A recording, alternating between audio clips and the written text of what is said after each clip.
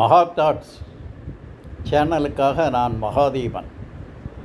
இந்தியாவில் வெவ்வேறு மாநிலங்களில் வெவ்வேறு கட்சிகளின் முதன் மந்திரிகள் ஆட்சி செய்தபோது கடந்த 5 ஆண்டுகளில் தமிழ்நாட்டில் ஆண்ட முத்துவேல் கருணாநிதி ஸ்டாலின் இந்தியாவிலேயே ஒப்பீட்டு அளவில் சிறந்த முதலமைச்சர் என்று ஒன்றுக்கு மேற்பட்ட முறை ஒன்றிய அரசின் புள்ளி விவரங்களால் பாராட்டப்பெற்றார். அதுபோல அனைத்து மாநிலங்களிலும் தலைசிறந்த மாநிலம், புள்ளி விவர அடிப்படையில் வளர்ச்சி அடிப்படையில் தமிழ்நாடு தான் என்று ஒன்றிய அரசின் புள்ளி விவரங்கள் கூறிய கருத்தும் பாராட்டுக்குரியதாக அமைந்தது. இப்பேற்பட்ட முதலமைச்சரும் அவருக்கு கீழ் பணிபுரிந்த துணை முதலமைச்சர் உதயநிதி ஸ்டாலினும் பல இமாலய சாதனைகளை செய்து அகில இந்தியாவையும் திரும்பி பார்க்க வைத்தவர்.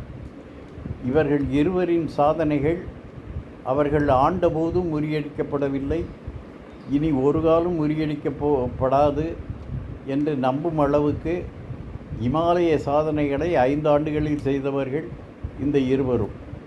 திமுக கழகம் தோன்றி இன்று வரை அந்த கழகத்தை வழிநடத்திய அறிவாற்றலில் சிகரம் தொட்ட 3 பேரறிஞர்கள் ஆளுமை செலுத்திய கட்சி திமுக கழகம். ஒன்று பேரறிஞர் அண்ணா, மற்றொருவர் கலைஞர் கருணாநிதி, 3ஆம் நம்பர் பிடிஆர் பழனிவேல் தியாகராஜன். பழனிவேல் தியாகராஜன் அறிவியல் அடிப்படையிலும் தொழில்நுட்ப அடிப்படையிலும் பொருளாதார அடிப்படையிலும் இந்தியாவில் வேறு எந்த அரசியல் கட்சி தலைவரும் இதுவரை சாதித்திராத சாதனைகளை செய்து முடித்தவர். அவர் நிதி மந்திரியாக 2 ஆண்டுகள் ஆண்டபோது என்னளவு நிதி அமைச்சராக சிறப்பாக செய்த வேறு யாரும் ஒப்பீட்டு அளவில் இல்லை. அதை நிரூபிக்க நான் தயார். அந்த அளவுக்கு 2 ஆண்டு ஆட்சி அமைந்தது என்று சமீபத்தில் ஒரு பேட்டியில் சொல்லி சென்றவர் பழனிவேல் தியாகராஜன். சமீபத்தில் அரசியலிருந்து துறவரம் போகிறேன், ஒதுங்கி இருக்கிறேன் என்ற பொருளில் ஒரு அறிக்கை வெளியிட்டார். இது திமுக கழகத்துக்கு புதிதல்ல. 1993இல் திமுக கழகம் வைகோ வெளியேறிய போது 2ஆக உடைந்ததாக செய்திகள் பரவின. பல மாவட்ட தலைவர்களும் சில முன்னாள் மந்திரிகளும் வைகோ பின்னால் சென்றார்கள். சொந்த கட்சிக்காரர்களே முதுகில் குத்துகிறார்கள். அதற்கு ஒரு ஸ்பீட் பிரேக் போட்டாக வேண்டும் என்ற உணர்வில் அறிக்கை ஒன்றை தந்தார் கலைஞர். தான் அரசியலிலிருந்து துறவரம் போவதாக அப்போது அறிவித்தார். அதை தமிழகமும் ஏற்கவில்லை, திமுக கழகமும் ஏற்கவில்லை. இந்தியாவுக்கு அப்படி ஒரு தலைவர் தேவை என்று ஒரு சிலர் அறிக்கையும் வெளியிட்டதுண்டு. அதுபோல ஒரு இக்கட்டான சூழ்நிலையை உணர்த்துவது போல ஏதோ ஒரு விரக்தி ஆட்டி படைத்ததோ என்ற காரணத்தாலோ தான் அரசியலிலிருந்து சிறிது காலம் விலகி இருப்பதாக அறிக்கை விட்டார் பழனிவேல் தியாகராஜன். ஆனால் மத்திய ஒன்றிய அரசில் இன்றைய சூழலில் ஒரே சமயத்தில் மாநில அரசியலிலும் ஒன்றிய அரசியலிலும் எதிரிகளின் வாதங்களை சுக்குநூறாக்க பழனிவேல் தியாகராஜன் போன்ற ஆங்கில புலமையும் அறிவியல் ஆற்றலும் பொருளாதார சிந்தனையும் சமூக நீதி பற்றும் நெஞ்சில் நேர்மையும் கொண்ட இன்னொரு அரசியல்வாதி இன்னொரு கட்சியில் இல்லை என்ற உண்மையை மனதில் கொண்டு அவரை திமுக கழகம் அழைத்து வந்து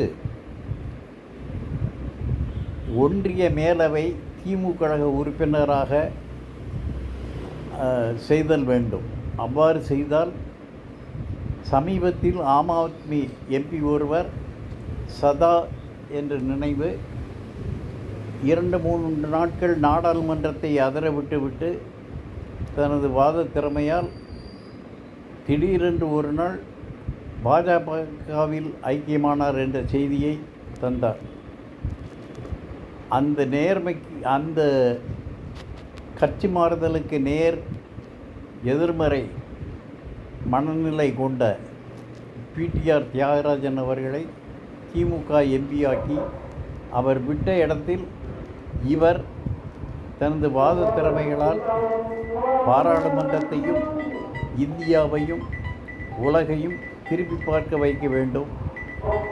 இன்றைய சூழலில் ராகுல் காந்தி திமுக கழகத்தை பொறுத்தவரை நம்பிக்கைக்கு இடம் தராத ஒரு மண்குதிரையாகிவிட்டார். ஸோ அவர் விட்ட இடத்திலும் நாடாளுமன்றத்தில் திமுகவின் நிலைப்பாடுகளை விளக்க ஆங்கில அறிவும் அறிவியல் அறிவும் நிரம்ப பெற்ற பழனிவேல் தியாகராஜன் கண்டிப்பாக தேவைப்படும் நபராக விளங்குகிறார். எனவே அவரை பயன்படுத்தி கொண்டு ஒரு மாநிலத்தில் விஜய் ஆட்சியையும் ஒன்றியத்தில் மோடி ஆட்சியையும் புள்ளி விவர அடிப்படையில், வாதங்கள் அடிப்படையில், தர்க்க ரீதியாக, பகுத்தறிவு அடிப்படையில் விளக்கங்களை சொல்ல இன்னொரு அரசியல்வாதி கிடைக்கப் போவதில்லை. இவரை பயன்படுத்துவது சாலச் சிறந்தது.